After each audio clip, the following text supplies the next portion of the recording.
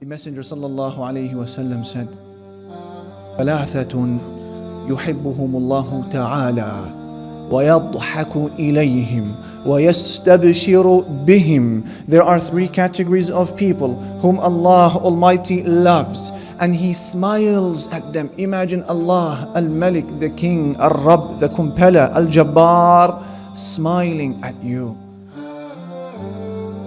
What must they have done to deserve the smile of Allah Al-Aziz, the Most Mighty? He said there are three people whom Allah Almighty loves and He smiles at them and He is happy with them.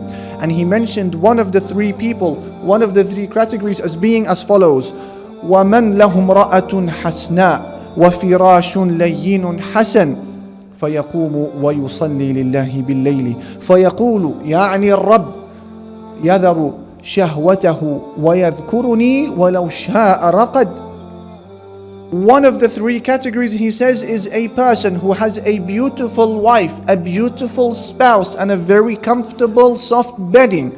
But then in the middle of the night he gets up and he leaves his spouse, leaves his desire to remember Allah. So Allah Almighty will say to His angels, look at how my slave has left his bed and his desire in order to remember me. And if he wanted, he could have continued sleeping. Allah Almighty smiles at such a person. So you may think now, okay, what is the significance of the smile of Allah? What happens when Allah Jalla Jalaluhu smiles at a person?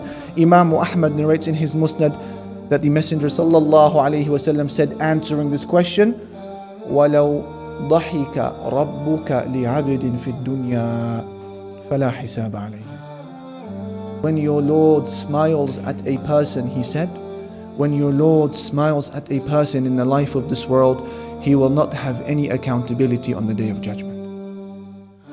Backdoor entrance into Jannah. All of the horrors that you and I hear about Yawm al-Qiyamah, it doesn't apply to these people because they will not be held accountable.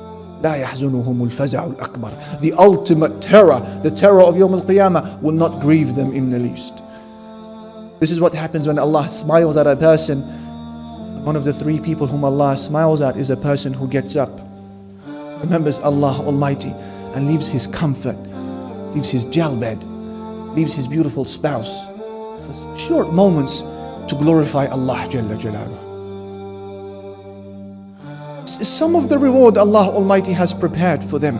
And that is why we said, وَهُوَ قُرْبَةٌ لَكُمْ إِلَىٰ رَبِّكُمْ. This was phrase number 2. Do you remember it? It is a means of drawing closer to your Lord. He said, take care of the night prayer because it is the way of the righteous people before you. And it is a means of drawing closer to your Lord. What was phrase number 3?